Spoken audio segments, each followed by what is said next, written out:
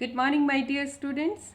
Today we are going to read our second chapter of Flamingo, and the title of our lesson is Beta Lost Spring Stories of Stolen Childhood. And my dear students, we will know about the author, we will understand the lesson in detail, we will read it line by line. Later on, we will discuss the theme, central idea, gist, and message of lesson. And in last, we will discuss all the short and long question answers of the lesson. But first of all, let us know about the author. See here, beta. This lesson is written by Anis Jung. And Anis Jung, she is an Indian writer and she was born in Rourkela in Hyderabad and she belongs to an aristocratic family in Hyderabad. तो बेटा ये aristocratic यानी कि काफ़ी rich family से belong करती हैं और she is an author journalist and columnist for India and abroad and she got her education completed from Hyderabad and USA, the University of Michigan. And guys, both her parents were writers. इनके दोनों parents writers थे. काफ़ी अच्छी education जो है इन्होंने gate की है. अब इसके बाद हम डिस्कस कर लेते हैं हमारा टाइटल जो है वो लेसन का क्या है. Lost spring stories of stolen childhood. And dear students, you all know what spring is. Spring is the name of season, and guys, it is considered the best season among all the seasons. And now, in the very same manner, childhood is also considered the best span of our life. Why spring is called the best season? Because it is a symbolic of happiness, joy, hope. In the very same manner, childhood is also considered, the symbolic of happiness, joy, absolute freedom. Children wants to fly high in the sky in this period. They want to live their life to the fullest. And now imagine it, beta. If this period is lost, if this period is stolen, यदि इसी period को चुरा लिया जाए तो क्या होता है. तो here in this chapter, author will talk about stories of stolen childhood. तो बेटे ये लॉस्ट जो है स्प्रिंग, यानी कि स्प्रिंग गुम हो गया है उनके बच्चों का. उन बच्चों का, कौन से बच्चों का, जिन बच्चों के बारे में यहाँ पर जो है ऑथर बात करेंगे. और वो कौन से बच्चे हैं.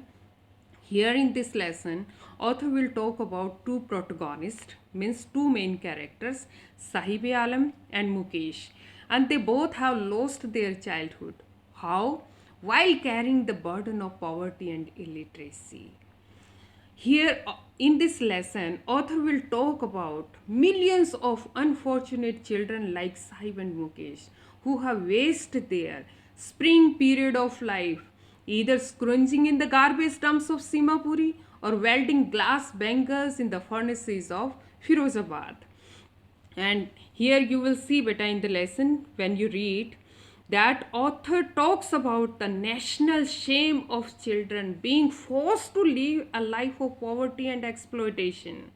And that's why the author had chosen this title, that Lost Spring, which is a metaphor used for the loss of the childhood of millions of children, millions of child laborers in India. And guys, author here strives hard to eliminate the child labor. She propagates, she wants, she supports the education of the children, and she wants to enforce strict law, in fact strictest laws against the child labor by the government. And the message the author wants to put across is that there should be end of child exploitation. So this is a wonderful lesson, guys, and we are going to read this lesson now line by line. See here, beta.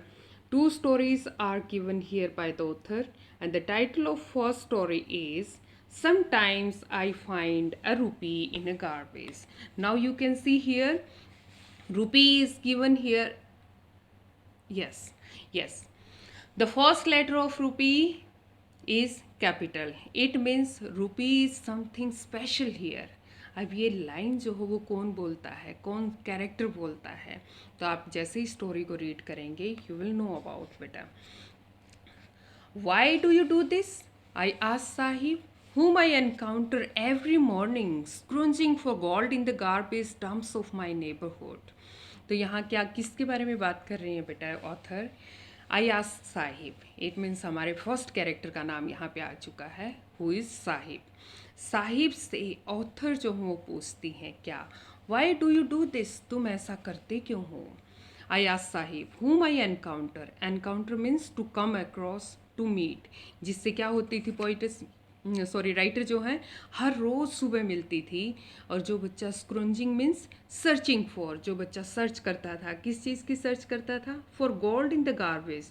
Have you ever imagined, have you ever found gold in the garbage? आप बच्चों में से कभी आपने सुना है, कभी आपको मिला है गार्बेज में गोल्ड? No, never. लेकिन ये बच्चे क्या करते हैं, गोल्ड को क्या करते हैं, सर्च करते हैं बेटा. किस में करते हैं? गार्बेज में, गार्बेज डम्प्स में, कूड़े करकट के ढेर में. Of my neighbourhood, my neighbourhood यानी कि authors neighbourhood. And yes, Sahib left his home long ago. Sahib ने क्या किया था, अपने घर को लॉन्ग एगो, काफ़ी पहले छोड़ दिया था. और set amidst the green fields of Dhaka. His home is not even a distant memory, and there were many storms that swept away the fields of homes. His mother tells him. अब क्या होता है बेटे कि उनका घर जो है वो कहाँ था?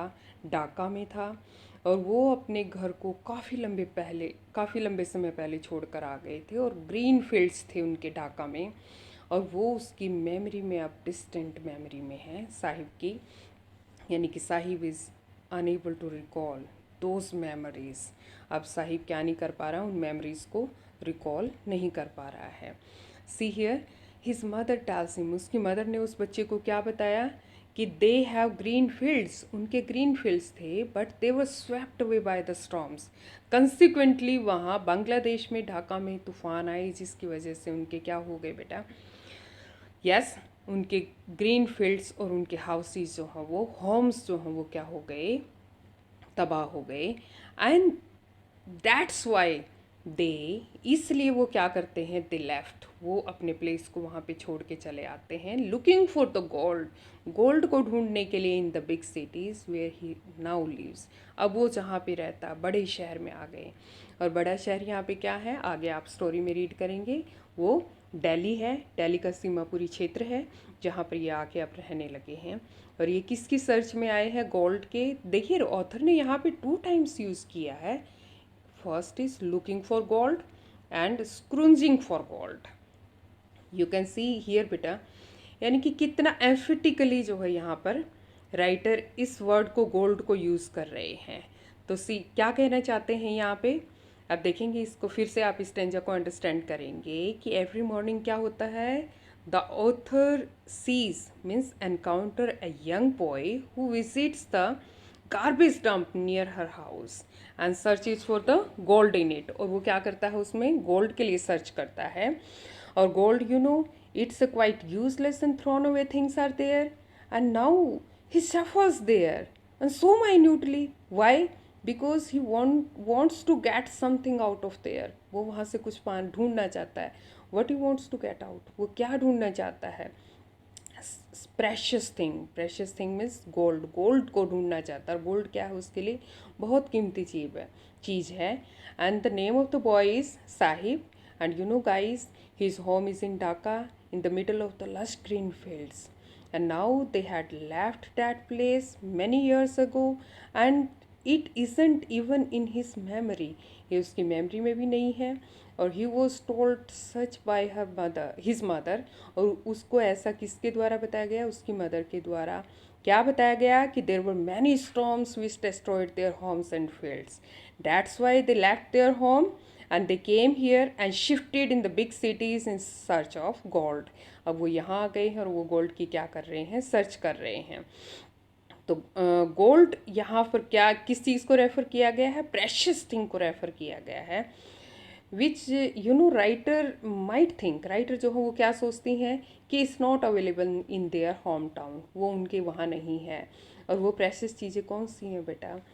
सी हियर, वो चीज़ें कौन सी हैं? Shoes, money and their means of survival, clothing and shelter. ये चीज़ें ढूंढने के लिए वो लोग यहाँ पे आए हैं जो बिल्कुल बिल्कुल बेसिक नेसेसिटीज़ हैं लाइफ की। तो आगे जो है देखिए क्या कहते हैं next, I have nothing else to do, yes he mutters looking away. जब फर्स्ट लाइन में जो क्वेश्चन पूछा गया तो वो क्या था कि why do you do this, कि तुम ऐसा क्यों करते हो। अब आप ये जो पूरा स्टेंजा आपने देखा, सॉरी पूरा जो आपने पैराग्राफ देखा, उस पैराग्राफ में क्या था, ऑथर ने उस अपने माइंड में इमेजिन किया जो बातें उसको साहिब ने बताई वो, लेकिन उसके बाद जो जवाब जो ये बच्चा देता है वो क्या कहता है कि I have nothing else to do, मेरे पास कुछ नहीं है करने के लिए। He mutters, mutter means to say something in a very low voice, जब आप बहुत कम आवाज़ में कुछ बोलते हैं, that is mutter. Looking away, looking away means to look somewhere else, कहीं और देखना, कहीं और देखते हुए इस बच्चे ने जो है जवाब दिया क्या, I have nothing else to do, मेरे पास कुछ नहीं है करने के लिए। गो टू स्कूल, आई से ग्लीबली, ग्लीबली, ग्लीबली क्या होता है कि to say something out of confidence, कुछ कॉन्फिडेंस से कहना but without giving any thought, लेकिन बिना सोचे समझे कहना, बिना ऑनेस्टी के कहना। तो ऐसे जो है वो ऑथर ने भी क्या कह दिया, गो टू स्कूल, तुम स्कूल क्यों नहीं चले जाते, realising immediately how hollow the advice must sound.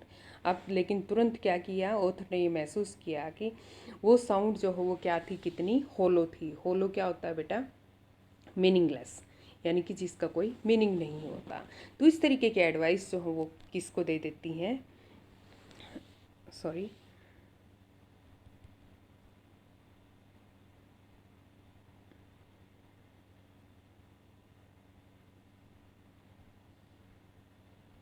Sahib को। आगे देखिए, तो अब ये बच्चा जब उसको कहती है ऑथर कि आप स्कूल क्यों नहीं जाते, तो ये बच्चा क्या कहता है, there is no school in my neighbourhood, मेरे नेबरहुड में तो कोई स्कूल ही नहीं है। When they build one I will go, जब वो कोई स्कूल बनाएंगे तो मैं चला जाऊँगा। तो अब if I start a school will you come, I ask half jokingly. अब बिल्कुल मजाक की टोन में क्या करती है ऑथर जो है इस बच्चे से पूछती हैं कि यदि मैं स्कूल बिगिन करूँ तो क्या आप मेरे स्कूल में आओगे। यस ही सैज स्माइलिंग ब्रॉडली, और बड़ी स्माइल देते हुए ये बच्चा जो है इमीडिएटली क्या कहता है कि यस मैं आऊँगा। A few days later, I see him running up to me. कुछ एक दिन के बाद ऑथर फिर से देखती हैं कि ये बच्चा भागता हुआ उसकी तरफ आता है और इज योर स्कूल रेडी, आपका स्कूल तैयार हो गया है। It takes longer to build a school, to build a school I say. अब ऑथर क्या कहती हैं कि बड़ा लंबा समय लगता है स्कूल बनाने में, एक दिन में बन के तैयार नहीं होता। Embarrassed eight having made a promise that was not meant. अब क्या हुआ ऑथर को जो है अशेम्ड फील हुआ, बड़ी शर्म आई, क्यों, क्योंकि उन्होंने एक ऐसा प्रॉमिस किया था जिसका कोई मतलब ही नहीं था, विच वॉज नॉट मेंट, वो मीनिंगफुल नहीं था। But promises like mine abound in filled in every corner of his bleak world. Bleak means dark. उसके अंधेरी भरी दुनिया में बेटे क्या कहना चाह रही हैं ऑथर कि इस तरीके के promises जो मैंने वायदा किया उस बच्चे से वो क्या हैं, भरे पड़े हैं।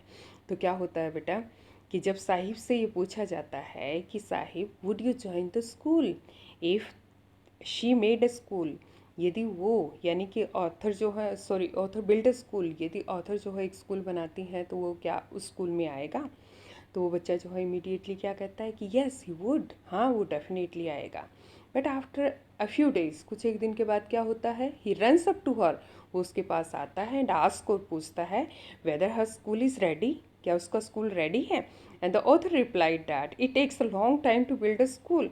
फिर ऑथर क्या रिप्लाई करती हैं कि काफ़ी लंबा समय लगता है स्कूल बनने में। और she felt quite ashamed at making a false promise. Why? Because she had said just in a joke and had never intended to open a school. In fact, she couldn't.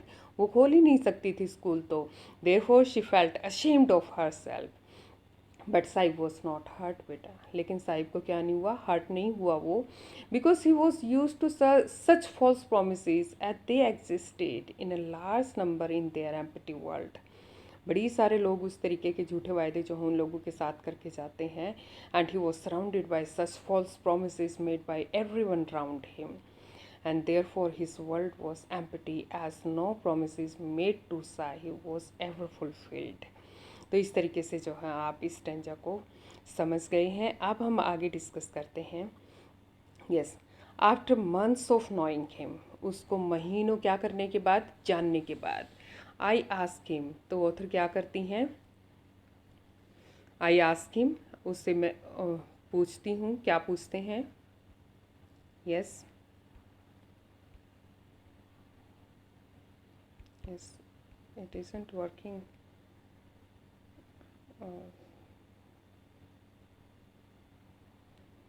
Yes बेटे।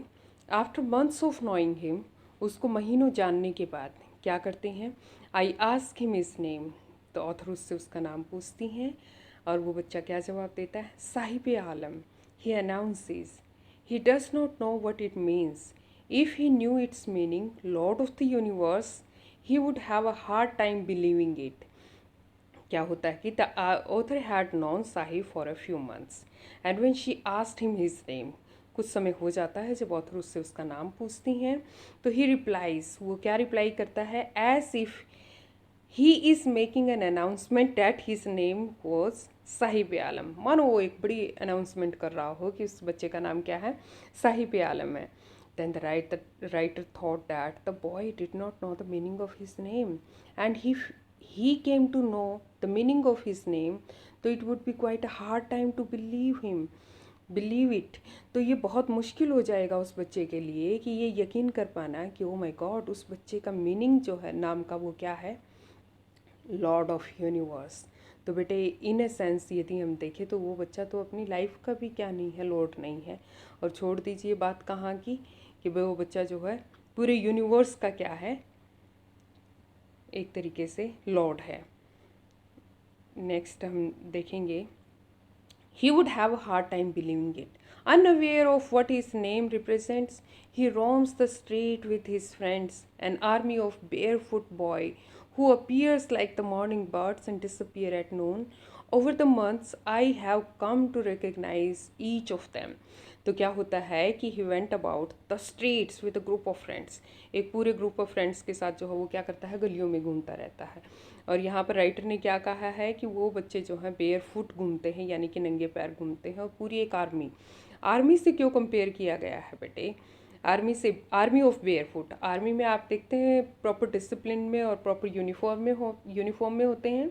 In this very same manner they children were bear foot, ये सारे के सारे बच्चे ऐसा लगता था मानो एक यूनिफॉर्म कोड को फॉलो कर रहे हैं बेयर फुट होते हुए। एंड वो बच्चे क्या होते हैं, मॉर्निंग में अपीयर होते हैं और डिसअपियर हो जाते हैं नून में। Over the months I have come to recognise each of them. और फिर क्या होता है, the writer could recognise all of them as she had been seeing them for the fast few months. Author जो है अब इनको समझना, इनको पहचानना शुरू कर देती हैं, क्योंकि काफ़ी लंबा समय हो गया है अब इनको देखते हुए। अब आगे ऑथर क्या कहती हैं इस बच्चे को, राइटर क्या कहती हैं कि Y aunt you wearing chappals, I ask one, एक बच्चे से मैंने पूछा, the writer asked one of them why was he not wearing footwears, कि वो फुटवेयर क्यों नहीं पहनता। And my mother did not bring them down from the shelf, he answer simply, उस बच्चे ने इमीडिएटली क्या जवाब दिया कि his mother did not get them down from the shelf, उसकी मदर उनको शेल्फ से नीचे नहीं उतारती है, as they were beyond his reach and he did not wear them. अब वो उसकी रीच से बाहर है, इसलिए वो क्या नहीं कर सकता, उनको पहन ही नहीं सकता। अब फिर क्या है कि even if she did he will throw them off adds another, दूसरा बच्चा इमीडिएटली क्या कहता है, who is wearing shoes that do not match, वो भी ऐसे शूज़ पहने हुए थे जो कि मैच नहीं करते थे। क्या कहता है, even if she did he will throw them off. क्या कहता है कि इवन इफ हिज मदर, उसकी मदर जो है would have given him the footwear, यदि उसको दे भी दे तो he, even if his mother had given, तो ही वुड हैव थ्रोन, उसने तो फेंक दिए होते इनको, थ्रोन इट अवे, वो तो इनको क्या करेगा, फेंक देगा। तो he meant that the boy was not wearing footwears because he did not want to wear one. क्यों, क्या ऐसा क्यों कहना चाह रहा है बेटे कि वो इसलिए नहीं पहनता, क्यों, क्योंकि वो पहनना ही नहीं चाहता।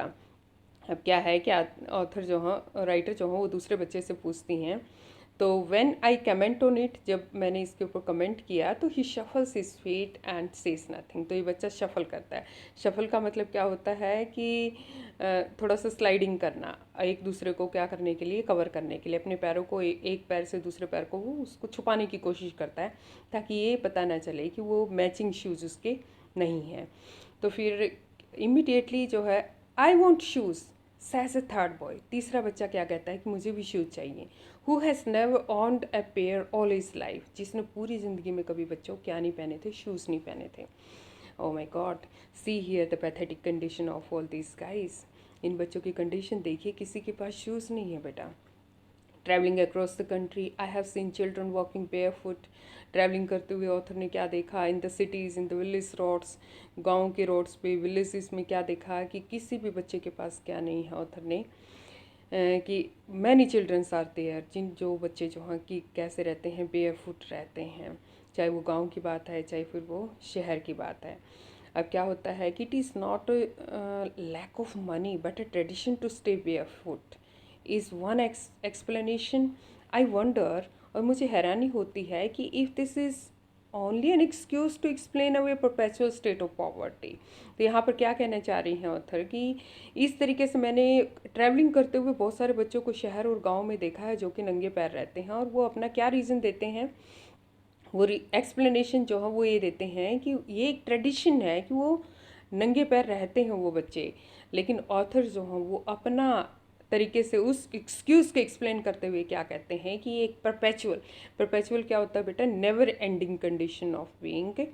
अब जिस तरीके से पॉवर्टी है तो पॉवर्टी नेवर एंडिंग कंडीशन, कभी न ख़त्म होने वाली क्या एक स्टेट, एक ऐसी स्थिति पॉवर्टी की, तो वो उसको एक्सप्लेन करना चाहते हैं. तो सी here the writer wondered and concluded that the reason of their being barefoot is not a tradition, but it was mere an excuse to hide the fact that they were so poor that they could not afford footwears. ऐसी बात नहीं है कि ये tradition है, बल्कि author यहाँ पर क्या अपना पॉइंट रखते हुए क्या कहती हैं कि उन बच्चों के पास जो है वाकई में वो इतने गरीब हैं कि वो अफोर्ड नहीं कर सकते फुटवेयर्स को, इसलिए उन्होंने इसको क्या बना लिया है, एक एक्सक्यूज़ बना लिया है. तो बेटे ये आपका जो है क्वेश्चन जो है वो एग्ज़ाम में आ सकता है. सी फर्दर. अब यहाँ पर एक स्टोरी जो है राइटर जो है रिकॉल करती हैं क्या कि I remember story a man from Udupi once told me. और राइटर यहाँ पर एक स्टोरी को रिकॉल करती हैं जो एक आदमी था उदीपी से. उदीपी आप अभी एक डिस्ट्रिक्ट है कर्नाटका में, तो वहाँ के बारे में एक स्टोरी अब आप लोगों के सामने रखेंगी कि as a young boy he would go to school past an old temple. तो ये बच्चा जो है व्हेन ही वॉज यंग, जब वो यंग था, he would walk to his school, वो अपने स्कूल में जाता था. कहाँ से? On his way he would cross a temple where his father worked as a priest, जहाँ पे उनके फादर प्रिस्ट का काम करते थे, और वो स्कूल से निकलते, उसे मंदिर से निकलते हुए कहाँ स्कूल में जाता था. He would stop briefly at the temple, कुछ समय के लिए टेम्पल में रुकता. Pray for a pair of shoes, वहाँ पे प्रे करता कि उसे एक पेयर शूज़ मिल जाए. 30 years later I visited this town and the temple which was now drowned in an air of desolation. अब ये शहर जो है वो कम्प्लीटली किस में, डेसोलेशन में. डेसोलेशन क्या होता है? स्टेट ऑफ बीइंग एम्प्टी, बिल्कुल कंप्लीट एम्प्टी हो चुका है वो. तो 30 ईयर्स के बाद जो है तो वहाँ पे क्या करती हैं, एक विज़िट करती हैं. और what did the author see now there. अब ऑथर को वहाँ पे क्या चीज़ दिखाई देती है कि where live the new priest. अब वहाँ पे इन द बैकयार्ड में एक नए प्रिस्ट रहते हैं, और there were red and white plastic chairs. अब वहाँ पे red and white plastic chairs हैं. A young boy dressed in a grey uniform wearing socks and shoes. अब वो एक बच्चा है ग्रे यूनिफॉर्म में जिसने सॉक्स और शूज़ पहने हुए हैं. Arrived panting and remember the prayer. Okay sorry, yes, arrived panting means बेटा taking short and quick breaths. जब हम ब्रेथ्स को क्या करते हैं, सांस को शॉर्ट और क्विक बहुत जल्दी जल्दी लेते हैं. तो वो बच्चा आता है और आके क्या करता है वो, yes yes yes yes, through his school bag on a folding bed, और वो अपने फोल्डिंग बेड पे आके बैग को फेंक देता है. And looking at the boy, और बच्चे की तरफ देखते हुए, I remembered the prayer another boy had made to the goddess when he had finally got a pair of shoes. अब एक बच्चे को और रिकॉल करती हैं यहाँ पे राइटर कि एक बच्चे ने और इस तरीके की क्या की थी, एक प्रे की थी कि गॉडेस जो हो से एक पेयर ऑफ शूज़ दिला दे. Let me never lose them. और उस बच्चे ने क्या प्रे की थी कि उसको जब मिल गए वो पेयर ऑफ शूज़ की, ओ गॉड की गॉडेस को, कि देवी को कि ये शूज़ जो है मेरे कभी भी मेरे से छीनने ना पाए, यानी कि ये शूज़ मेरे पास हमेशा रहें। And the goddess had granted his prayer, तो अब जो गॉडेस ने जो है उसकी प्रेयर को सुन लिया। Young boys like the rag picker in my neighbourhood remain shoelace, और लेकिन अभी भी बहुत सारे यंग बच्चे ऐसे हैं जो ऑथर के किसमें हैं, नेबरहुड में हैं, जो कि शूलेस जो हैं वो रहते हैं। तो बेटे आप क्या करेंगे, अपनी बुक खोल लेंगे। बुक खोलने के बाद जिस तरीके से मैं इसको एक्सप्लेन कर रही हूँ आप उसको अंडरस्टैंड करेंगे, क्योंकि मुझे भी थोड़ा सा फ़ोन में इसको देखते हुए जो है बहुत कंसंट्रेट करना पड़ता है, लाइंस जो हैं इधर से उधर मिस होती जा रही हैं, तो डैट्स वाई, तो फिर वो फोकस जो है नहीं हो पाता है।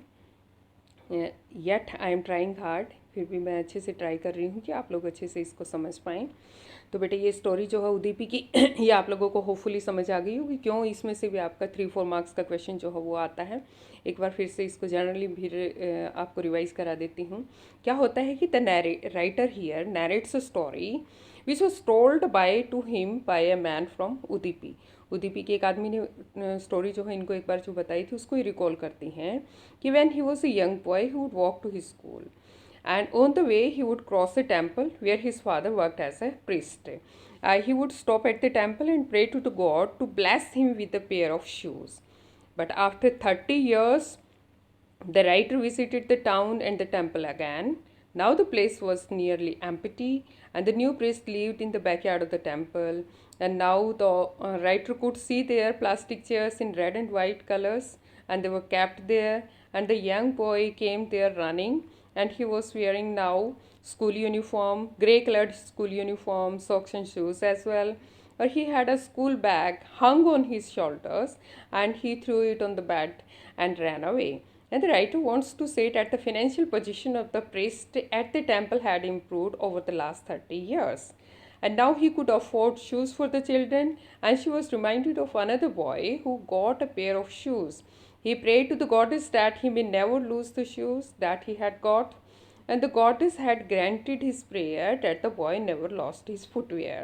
And this shows that the underprivileged value anything that they get because they have been in search of and long for that. अब जो लोग अंडर प्रिविलेज्ड होते हैं, जिनको वो चीज़ें नहीं मिलती, लोअर क्लास से बिलोंग करते हैं, जब उन बच्चों को वो चीज़ें मिल जाती हैं तो वो क्या करते हैं बेटा, वो उनका बहुत ज़्यादा रिगार्ड करते हैं। यस अब नेक्स्ट हम पैराग्राफ पे आ जाते हैं। My acquaintance with the bare foot rag pickers leads me to Seemapuri and a place on the periphery of Delhi, yet miles away from it, metaphorically. Those who live here are squatters who came from Bangladesh back in 1971. अब acquaintance क्या होता है बेटे, contact। हम beginning से देखते हैं इस पैराग्राफ की लाइन। माई acquaintance यानी कि और यहाँ पर राइटर की कोई जान पहचान के हैं with the bare foot rag pickers. तो वो बेयर फुट जो रैग पिकर्स कौन एक्विंटेंस, यानी कि यही बच्चे जो गरीब बच्चे हैं, रैग पिकर्स हैं, तो वो बेयर फुट नंगे पैर जो रहने वाले हैं। तो लीड्स मी टू सीमापुरी, ये बच्चे ऑथर को कहाँ लेके जाते हैं, सीमापुरी में। और सीमापुरी कहाँ है बेटा, सीमापुरी से भी रिलेटेड एक आपका 2-3 मार्क्स का क्वेश्चन आता है। Place on the periphery of Delhi, Delhi की पेरिफ्री पे है, yet miles away from it, फिर भी माइल्स दूर है ये वहाँ से। मेटाफोरिकली यानी कि सिम्बॉलिकली देखें तो। और those who live here are squatter. Squatter कौन होता है, a person who occupies a building or land without permission। अब जैसे सीमापुरी क्षेत्र में बांग्लादेश से 1971 में इतने सारे लोग ऐसे रिफ्यूजीज वहाँ पे उन्होंने आके रहना शुरू किया बिना गवर्नमेंट की परमिशन के।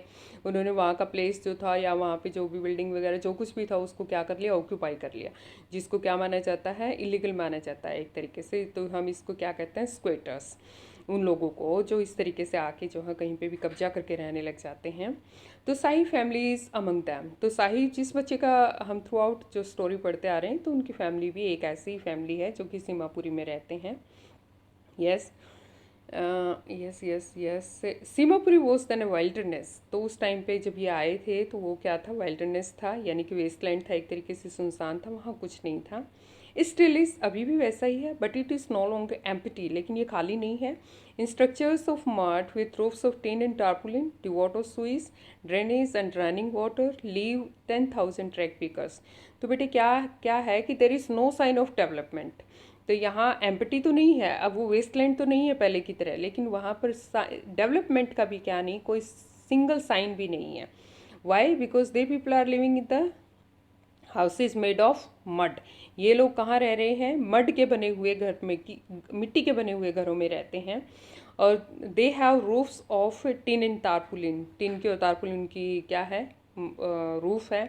और डिवॉर्ड of means not having something, क्या चीज़ नहीं है, सुइज नहीं है, ड्रेनेज प्रॉपर निकासी का कोई सिस्टम नहीं है, रनिंग वाटर नहीं है इन लोगों के लिए। और they almost 10,000 rag pickers live there. 10,000 की संख्या में वहाँ पे लोग रहते हैं। Now you can imagine it's a big number बेटा, to live at a certain place और without having basic necessities of life. तो इमेजिन करिए इन लोगों का लाइफ जो है वो कैसे है, कितना कम एरिया में इतने सारे लोग कंजस्टेड तरीके से रहते हैं, और वो भी बेसिक नेसेसिटीज़ इन लोगों के पास बिल्कुल नहीं है। They have lived here for more than 30 years without an identity, without permits, but with ration cards that get their names on water list and enable them to buy grain. अब इन लोगों के पास क्या नहीं है? They don't have any permission card. अब इन लोगों के पास permit card कोई नहीं है। They don't have any kind of identity card भी नहीं है। If they have something then they have ration cards. Ration card है इन लोगों के पास, क्यों? Because of this ration card से they are enable to have they are able to have some grains. इन लोगों को क्या मिल जाता है? ग्रेन मिल जाता है, and they are able to cast their votes. अब ये अपनी कुछ वोट वगैरह वो डाल पाते हैं। तो all the politicians who have favoured them, जिन पॉलिटिशियन ने इनको फेवर किया होगा, they cast their votes in their favour. तो वो लोग क्या करते हैं, ये लोग उन्हीं पॉलिटिशियंस को अपनी वोट्स जो हैं वो क्या कर देते हैं, कास्ट कर देते हैं। बट वट एवर भी, कम से कम इन लोगों को जो है वो क्या, सस्ते में राशन तो मिल जाता है। किसकी वजह से? राशन कार्ड की वजह से। तो सी नेक्स्ट बेटा, अब बहुत इम्पॉर्टेंट बात जो है यहाँ पे ऑथर जो हैं वो कह रही हैं, क्या वो ये कहती हैं कि food is more important for survival than an identity. ये बहुत इम्पॉर्टेंट लाइन है बेटा, कि इन लोगों के लिए सर्वाइवल के लिए आइडेंटिटी से ज़्यादा खाना इम्पॉर्टेंट है, फूड इम्पॉर्टेंट है। If at the end of the day we can feed our families and go to the bed without an aching stomach, we would rather live here than in the fields that gave us no grain. See inverted commas में, say a group of women in tattered saris when I asked them why they left their beautiful land of green fields and rivers. जब author इन औरतों में से बहुत सारी, एक group of women था वहाँ पे, जब उनसे पूछती हैं, एक वुमेन जो है, जो टार्टर्ड क्या होता है? फटी पुरानी सी, यानी कि बहुत ही एक पुअर कंडीशन में थी, एक ऐसी साड़ी पहनी हुई एक औरत से ने जवाब दिया जब ऑथर उनसे पूछती हैं कि आपने अपने ग्रीन फील्ड्स को और आप अपने घरों को क्यों छोड़कर आ गए। तो वो क्या कहती हैं? वो ये कहती हैं कि if at the end of the day, यदि दिन के अंत में यदि हम भूखे पेट ना सोकर, यानी कि एन एकिंग पेट में दर्द हो भूख के मारे, तो ऐसा ना होकर हमें खाना मिल जाए 2 टाइम का, तो आराम से हमें नींद आ जाए, तो वो चीज़ लाखों गुना बेटर है बजाय उसके कि यूँ कहना कि हमारे पास खेत हैं और ग्रेन्स हैं। ऐसे खेत जो उनको ग्रेन यानी कि खाना ही ना दे। यदि पेट भर के खाना मिल जाता है तो वही बहुत बड़ी बात है इनके लिए। तो बेटा इससे और ज़्यादा आप इनकी दयनीय कंडीशन का अंदाज़ा और इस बात से ज़्यादा हम नहीं लगा सकते। See here the level of poverty they have. And yes, wherever they find food, जहाँ पे भी इनको खाना मिलता है, they pitch their tents and they became transit homes. Transit का मतलब क्या होता है? चलते फिरते। तो वो क्या बन जाते हैं? इनके घर, एक टेम्प्रेरी होम जिसको हम कहते हैं। तो वो जहाँ इनको खाना मिल जाता है वहीं ये अपने घर जो हैं वो टेम्प्रेरी घर वो बना लेते हैं। And children grow up in them, बच्चे उन्हीं में ग्रो करते हैं, टेंट्स में ग्रो करते हैं, टारपुलिन टिन में। तो इमेजिन करिए आप, and becoming partner in survival. और व्हेन दे ग्रो अप, जब वो ग्रो अप हो जाते हैं तो वो भी क्या करते हैं? वो भी इनका एक तरीके से पार्ट बन जाते हैं सर्वाइवल में। And survival in Seemapuri means rag picking, और एक अकेला सर्वाइवल का मोड्स या मीडियम हम कहें तो वो क्या है, रैक पिकिंग है। And through the years it has acquired the proportion of fine arts, और बहुत सालों के बाद जो है क्या हुआ है कि एक फ़ाइन आर्ट्स में डेवलप हो गया है अब ये, यानी कि इन लोगों को ये एक तरीके से ऐसा लगता है कि मानो it's a kind of fine art. तो ये अब रैक पिकिंग इनके लिए एक आर्ट बन चुकी है। And garbage to them is gold. Third time writer जो है यहाँ पर गार्बेज को किससे, गोल्ड से कंपेयर कर रही हैं।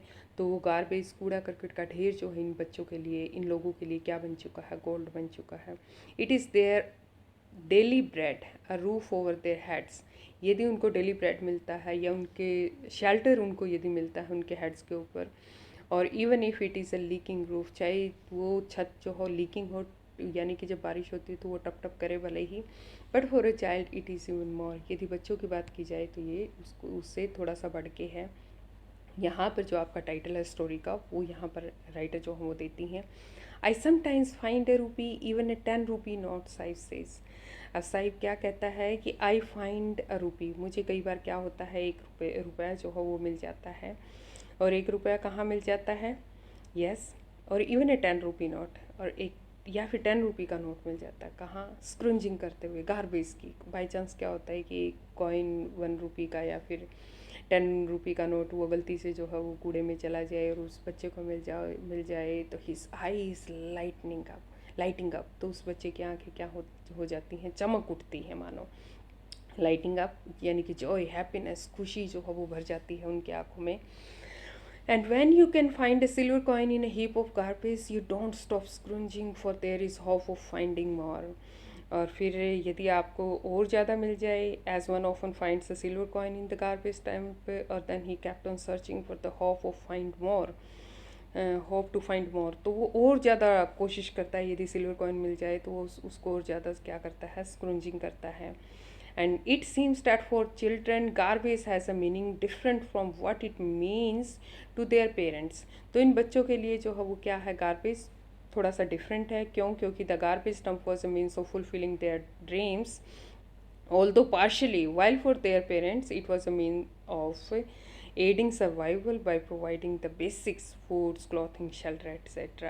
यानी कि इनके पेरेंट्स के लिए वो केवल शेल्टर, क्लॉथिंग और फूड से रिलेटेड है, लेकिन इन बच्चों के लिए जो है वो सर्वाइवल से हट के है। क्या? क्योंकि रैप्ड इन वंडर, कि उनके लिए मानो कुछ लिपटा हुआ है, रैप्ड है, किसमें, वंडर में, कुछ अमेजिंग चीज़ें जो हों वो बच्चों को मिलेंगी। क्यों? क्योंकि उनको खाने की, सर्वाइवल की, क्लॉथिंग की उनकी फ़िक्र नहीं है बेटा।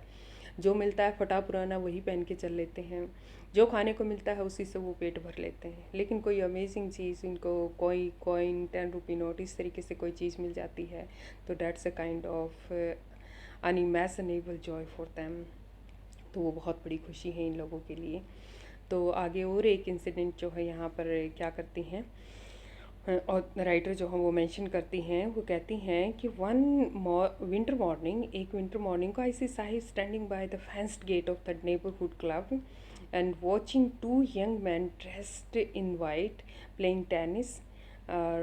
Yes, I like the game, he hums, contented to watch it standing behind the fence.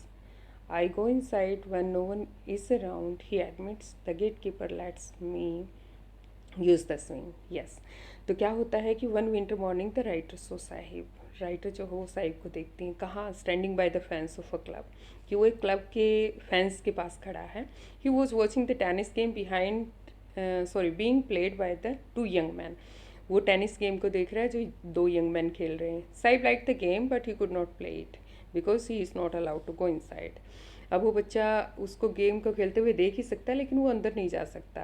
He told the writer that he went in side sometimes in the club when it would be closed. जब ये बंद होता है तो वो कई बार क्या करता है, अंदर चला जाता है। He was allowed to take swings by the guard there. क्यों? क्योंकि वो अलाउड है कि he could go in side, वो अंदर जा सकता है, एंड प्ले ऑन स्विंग्स, वो स्विंग्स के ऊपर खेल सकता है। ऐसा गार्ड उसको क्या करते हैं, कई बार उसको अलाउ कर देते हैं अंदर जाने के लिए। Side 2 is wearing tennis shoes that look strange over his discolored shirt and short.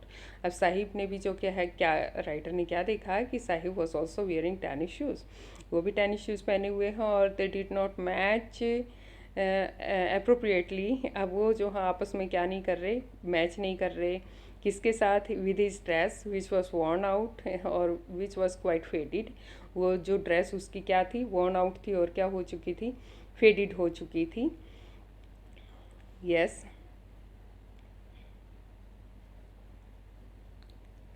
Okay, someone gave them to me. जैसे ही उधर ने इसको देखा, इस बच्चे को, तो उस बच्चे ने जो है अपनी क्या दलील दी कि कहता है कि किसी ने मुझे दिए हैं ये।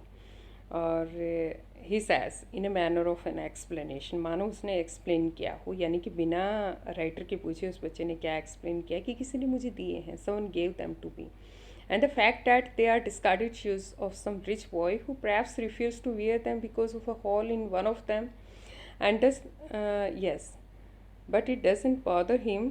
For one who has walked barefoot, even shoes with a hole is a dream come true, but the game he is watching so intently is out of his reach. तो यहाँ पर क्या कहना चाहती हैं ऑथर जो है, शी फिगर्ड आउट, ऑथर ने क्या किया है, फिगर आउट कर लिया है कि that he had got them from garbage dump, कि इस बच्चे ने उसको कहाँ से लिया होगा, गार्बेज डम्प से लिया होगा। They must have been thrown away by boy from a rich family who did not want to wear them any more, शायद किसी अमीर बच्चे में जो उनको नहीं पहनना चाहता होगा उसने दिए होंगे। और on the opposite sorry on the other hand हम ये भी कह सकते हैं कि Sahib was not bothered by the fact, Sahib जो उस फैक्ट से बॉदर्ड भी नहीं था, because why, because it was not a problem to him to wear those. अब उसके लिए प्रॉब्लम वो नहीं थी, because he couldn't afford anything better than that, क्यों, क्योंकि बेटा उससे अच्छा तो वो अफोर्ड ही नहीं कर सकता था। He walked barefoot and to wear shoes even with a hole was like a dream for him coming true. तो यानी कि जो बच्चा नंगे पैर जाता हो उसके लिए, नंगे पैर रहने वाले बच्चे के लिए इस तरीके का एक जूता, चाहे उसमें होल ही क्यों ना हो, वो ऐसा लगता है कि मानो कोई ड्रीम जो है वो साकार हो गया, कोई सपना साकार हो गया है। Although due to the garbage dump, Sahib's dreams of wearing shoes had been partially fulfilled, but his desire to play tennis would never be fulfilled.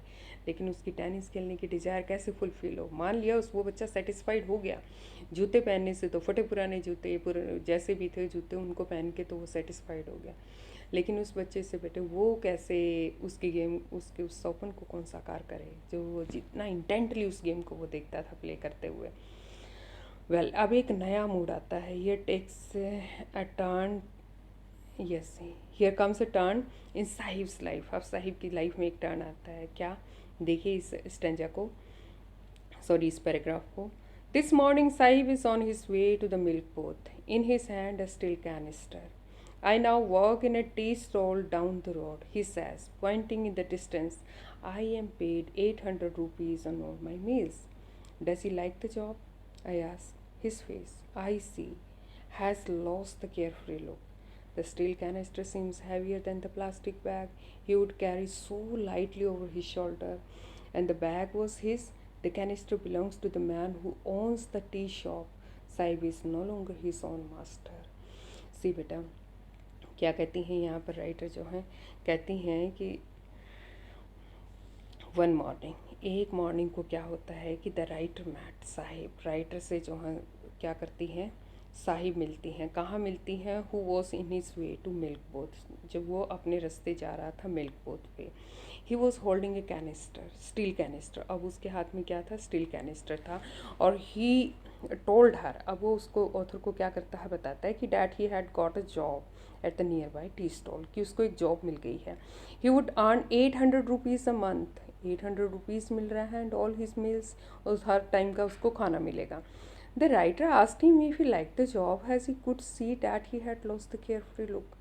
अब राइटर ने उससे पूछा कि वो खुश है क्या, लेकिन उसने बड़ी केयरफ्री लुक जो है वो चीज़ जो उस बच्चे के अंदर थी वो लॉस्ट कर दी थी, यानी कि वो जो एक तरीके से मस्त फक्कड़ टाइप से रहता था वो चीज़ नहीं थी। अब उस बच्चे के ऊपर क्या नज़र आ रहा था, बर्डन सा नज़र आ रहा था।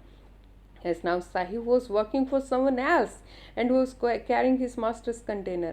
अब वो किसी और के लिए काम कर रहा है, अपने मास्टर का कंटेनर, स्टील का कंटेनर उसने अपने कंधों पे उठा रखा है।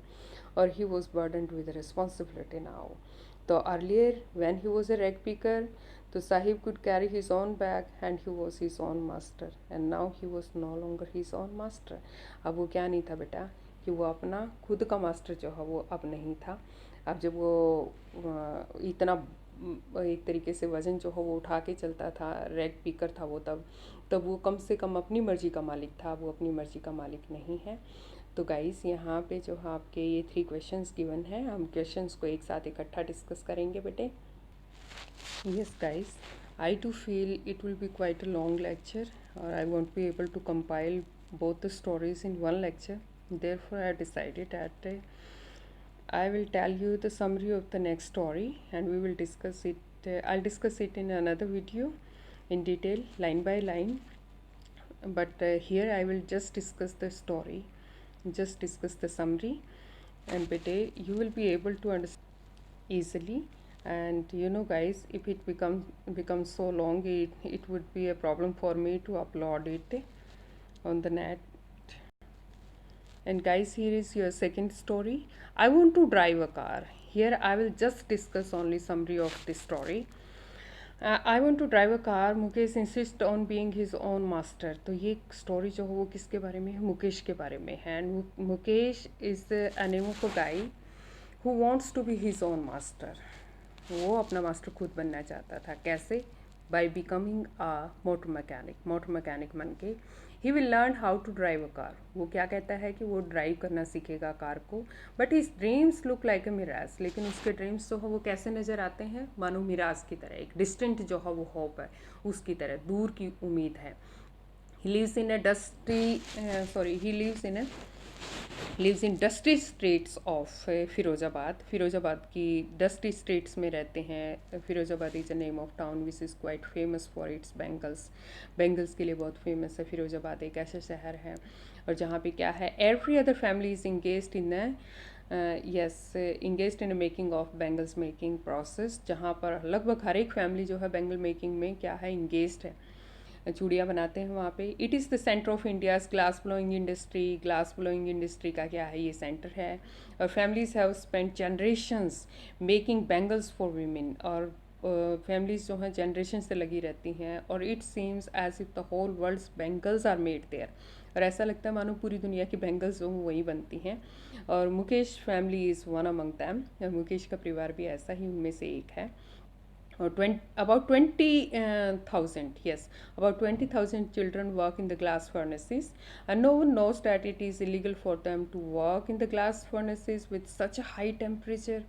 लेकिन किसी को ये नहीं पता कि 20,000 बच्चे वहाँ पे काम करते हैं, और वो भी ग्लास फर्नेसेस में, और इतने हाई टेम्परेचर के बाद। और they are choked with garbage, वो गार्बेज से चॉक्ड हैं। Their homes are small with crumbling walls, और दे हैव नो विंडोज़, घर उनके बिल्कुल बेटे जैसे डही हुई दीवारें बहुत, और कोई विंडो नहीं है। They are crowded with the families of the humans and animals, और एक साथ ह्यूमन बींग्स और एनिमल एक साथ रहते हैं, को एग्जिस्टेंस है उनका।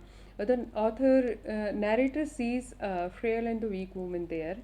तो ये मुकेश क्या करता है, Mukesh request the author to visit his house. तो वो मुकेश जो है ऑथर को वो रिक्वेस्ट करता है कि वो उसके साथ क्या करे, विजिट करे उसके घर। जब राइटर जो हैं वहाँ पे जाती हैं तो वो देखती हैं, जैसे ही एंट्री करती हैं इनके घर में, तो एक वीक वूमेन जो हो बैठी हुई होती है। She is cooking the evening meal for the whole family, वो पूरी फैमिली के लिए वो खाना तैयार कर रही होती है। She is the wife of Mukesh elder brother, and she is not much older but commands respect as a bahu of the house. लेकिन वो घर की बहू की रिस्पेक्ट जो है वो कमांड जो है वो गेट करती है। यानी कि वो एक इंडियन कल्चर ट्रेडिशन, जिस तरीके से जो है आप सभी लोग जो है इसके बारे में आप सभी बच्चे अच्छे से जानते हैं। एज कस्टम डिमांड सी वेल सरफेस, वो अपने चेहरे को जो है वो ढके रहती है किससे, बिफोर एवरी एल्डर मेल, हर एक बड़े आदमी से जो कि घर में था उससे। तो now an elder man is there who is quite a poor bangle maker. अब एक एल्डर घर का बड़ा आदमी वहाँ पे नज़र आता है उनको, जो कि बैंगल मेकिंग की उसमें प्रोसेस में लेता। वो कौन है, ही इज़ मुकेश फादर, ये मुकेश के फादर हैं। तो he was Mukesh father and he was he was fail to renovate his house उसकी दोनों ड्यूटीज़ में वो क्या हो जाता है, फेल हो जाता है। First he failed in renovating his house, कि वो अपने घर को क्या नहीं कर पाता, रेनोवेट नहीं कर पाता। और second he was unable to send his 2 sons into school, ना वो अपने बच्चों को स्कूल भेज पाता। और he knows nothing except the art of bangle making, और उसको कुछ नहीं पता बैंगल मेकिंग के अलावा। और he was successful just in teaching this art to his own sons and his family. वो केवल अपने बच्चों को यही चीज़ सिखा पाता है बेटे।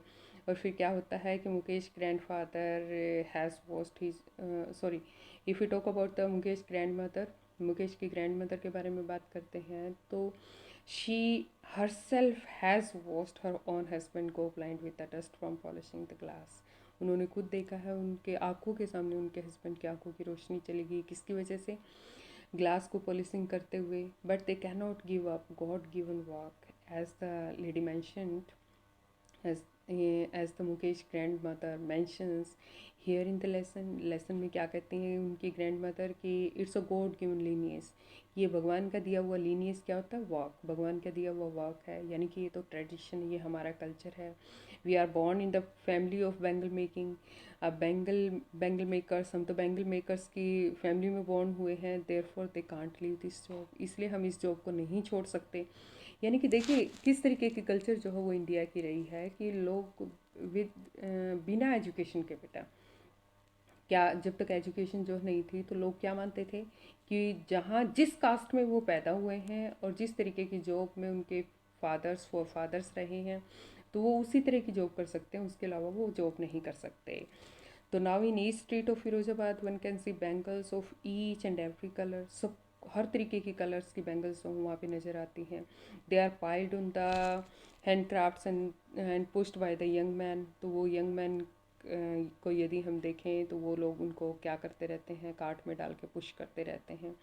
इन dark hutment sing sits young boys and girls with their fathers and mothers welding pieces of colored glass into circles of bangles।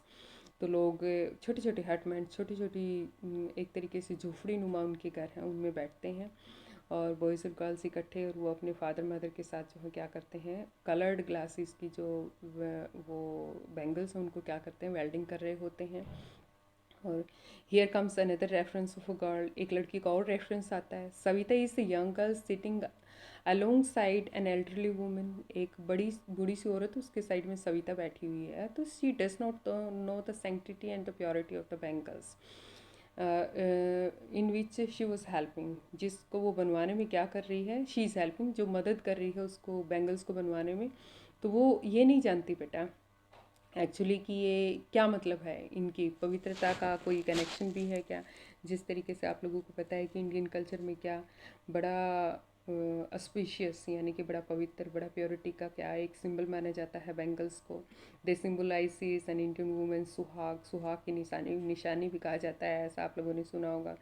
They symbolize auspiciousness in marriage, marriage में उनकी क्या होती है, एक बड़ी पवित्रता एक तरीके से मानी जाती है। आपने देखा होगा कि ग्रीन चूड़ियाँ, रेड बैंगल्स वगैरह वो सब डाली जाती हैं। तो अब जब ऑथर जो हैं वहाँ पे विज़िट करती हैं तो शी फाइंड्स, वो पाती हैं कि little has moved from the from the independence after the independence of India in Firozabad, कि बहुत कम बदला है कि इंडिया की आज़ादी के बाद फिरोज़ाबाद में। दे और when the author asked them, all the young people there, author जो है वहाँ पर यंग पीपल जो थे उनसे पूछती है कि why don't you organise yourself in a cooperative, आप अपने आप को कोऑपरेटिव में क्यों नहीं ऑर्गेनाइज कर लेते, यानी कि एक ग्रुप क्यों नहीं बना लेते, कोई एक ऑर्गेनाइजेशन क्यों नहीं बना लेते। तो then they say that they can't organise themselves into a cooperative, why, because the middle man, police man, they will exploit them, वो उनको एक्सप्लॉइट करेंगे। There is no leader among them, ना उनके बीच में कोई लीडर है। नाउ द राइटर फाइंड, सब राइटर क्या लगता है राइटर को कि देर आर टू वर्ल्ड्स, दो वर्ल्ड्स हैं, मानो यहाँ पे दो दुनियाएं हैं। और one is the world of bangle makers, poor bangle makers, एक तो दुनिया इन पुअर बैंगल मेकर्स की है, और where as the another is of the money lenders, middle man, सूदखोर जिनको कहते हैं, पुलिसमैन की है। क्योंकि वो बॉयज़ जो हैं, वो यंग बॉयज़ जो हैं, वो क्या कहते हैं कि if you start any kind of such work we will be drag to the police station and we will be beaten up. यदि हम इस तरीके का कोई भी काम करते हैं तो they people will blame us that we are engaged in some illegal activities. तो वो लोग क्या कहेंगे कि हम कुछ इलीगल एक्टिविटी कर रहे हैं और हमें क्या कर देंगे, जेल वेल में डाल देंगे और हमें बुरे तरीके से पीटा भी जाएगा। Oh my God. Now the narrator asks him if this thing is really in real sense can happen with them. तो ये चीज़ वाकई में उन लोगों के साथ हो सकती है क्या? तो वो लोग जो है इस तरीके से एक्सप्लेन करते हैं, yes it's a truth, it's a reality. And now writer is a beacon, writer जो है वो हैरान हो जाती हैं। फिर राइटर जिस तरीके अब आप देखते हैं कि इस बच्चे से जब राइटर जो है वो मुकेश से जो है वो पूछती हैं, जब ये बच्चा ये कहता है कि मैं मोटर मैकेनिक बनना चाहता हूँ, मैं कुछ डिफरेंट जो है वो लाइफ में करना चाहता हूँ, तो फिर राइटर को लगता है कि शायद ये बच्चा जो है मजाक कर रहा है, he is just making a fun, means he is just saying this thing without having any sense of real sense. ये बिना एग्जैक्टली इस चीज़ को समझे ही ऐसा कह रहा है। तो राइटर को ऐसा लगता है, लेकिन जब वो इससे पूछती हैं तो Mukesh eyes are full of hope, Mukesh की आंखों में वो देखती हैं कि पूरी होप है वहाँ पे। He wants to become a motor mechanic in real sense, वो रियल सेंस में बनना चाहता है। क्यों? क्योंकि when the writer ask him if he dreams of flying a plane, कि वो एक प्लेन उड़ाने का भी क्या रखता है, ड्रीम रखता है क्या, ऐसा भी है? तो वो चेक करने के लिए, तो ही साइलेंटली सेज नो। तो ये बच्चा इमीडिएटली क्या कहता है कि नहीं, मैं प्लेन नहीं उड़ाना चाहता। हालांकि काफ़ी सारे प्लेन्स जो हैं वहाँ पे फिरोजाबाद के ऊपर उठते हैं। यदि वो बच्चा जो है उसको केवल एक अपनी इमेजिनेशन मानता, कि मुझे केवल वो सोचने मात्र के लिए यदि ये कहता कि हाँ मुझे जो है एक मोटर मैकेनिक बनना है, तो वो ये भी कह सकता था कि उसे क्या करना है, प्लेन भी फ्लाई करना है। लेकिन वो बच्चा इमीडिएटली कह देता है कि no, he doesn't want to fly a plane, वो प्लेन नहीं उड़ाना चाहता। He is content to dream of cars that move down the streets of his town. वो जो उसकी टाउन की गलियों में जो क्या करती हैं, कारें जो हैं वो घूमती हैं, केवल उन्हीं के सपने लेकर वो जीता है और उन्हीं को चलाना चाहता है। तो दिस इज़ हाउ बेटा your story was. Now we will discuss the question answers given here बेटा। First question is given here, yes, first is what is Sahib looking for in the